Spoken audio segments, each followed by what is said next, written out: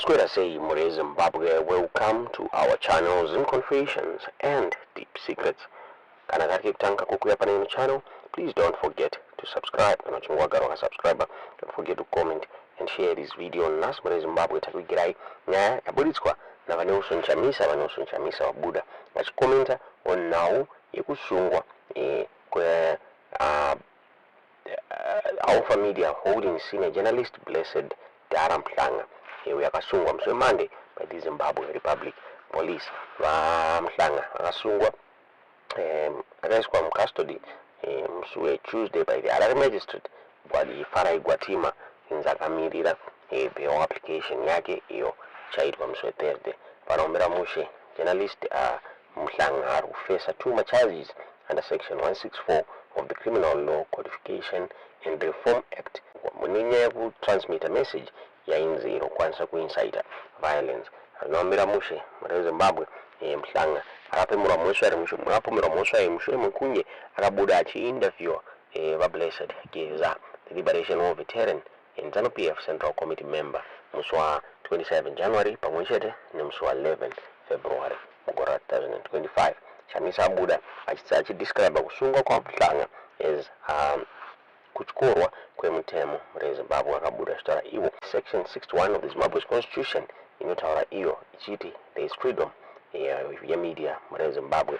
Ataura vachiti mutemo iwo unofanira kuapplywa pana va Mhlanga muri Zimbabwe. Nyaya yakabuditswa nepindula news vachitaura vachiti former MDC and CCC President Nelson Chamisa has condemned the arrest of Alpha Media Holdings senior journalist Blessed Mhlanga by police on Monday.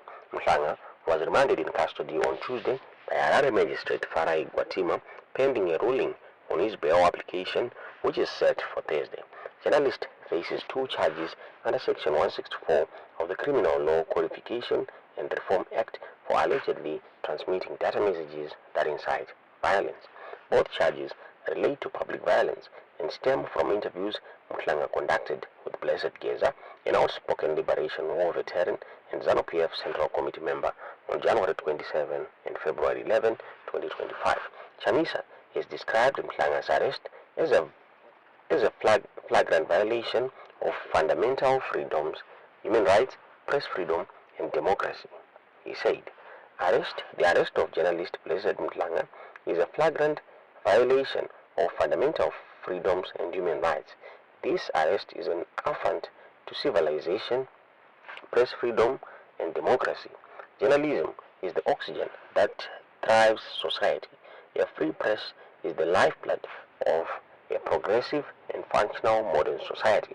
Section 61 of Zimbabwe's constitution guarantees freedom of the media. This right must be upheld. The first indicator that those in government have turned against the people is in the targeting of journalists as conveyors of information and news. Journalism as a profession must be protected. Ndo zvakataurwa na Chamisa muri Zimbabwe. Tisingazive kuti munoiona sei nyaya iyi. Nombera mushe nyaya yekusungwa kwa Mhlanga yakanga yabuditswa zvakare nemaizimbabwe.com vachitaura ivo vachiti Harare Magistrate is set to deliver a ruling on Thursday regarding the bail application of Alpha Media Holdings journalist Blessed Mhlanga, who faces accusations of inciting public violence. The arrest has sparked concerns over press freedom and the treatment of journalists in Zimbabwe. Mhlanga, a senior journalist at AMH and head of HSTV, was apprehended on Monday after voluntarily representing himself to Harare Central Police Station. Accompanied by his lawyer, Chris Mike, the police had previously indicated they were seeking him in connection with his coverage of press conferences held by ZANU-PF Central Committee member Blessed Geza. The charges against Mhlanga fall under Section 164 of Criminal Law Codification and Reform Act, Chapter 9, 23, relating to the transmission of information that incites violence and causes damage to property. The state alleges that Mhlanga grants an interview to Geza, a war veteran known for his staunch opposition to President Mnangagwa's 2030 agenda. Geza had used HSTV platform to issue press briefings calling for President Mnangagwa's immediate resignation. Mike, representing Mhlanga, has strongly criticized the police handling of the case, alleging unprofessional conduct and raising concerns about the conditions of detention. My client was invited to the police station thrice over the past 4 weeks, with the police indicating that they want to have talks with him, and on each occasion they released him, indicating that they did not have any case against him, Mike stated. He further explained that after learning of police intentions, Mhlanga willingly went to the station, cooperating fully with the interview processes, and completed all necessary paperwork by lunchtime. They should have taken the accused to court, but instead, police decided to detain him till today, Mike lamented.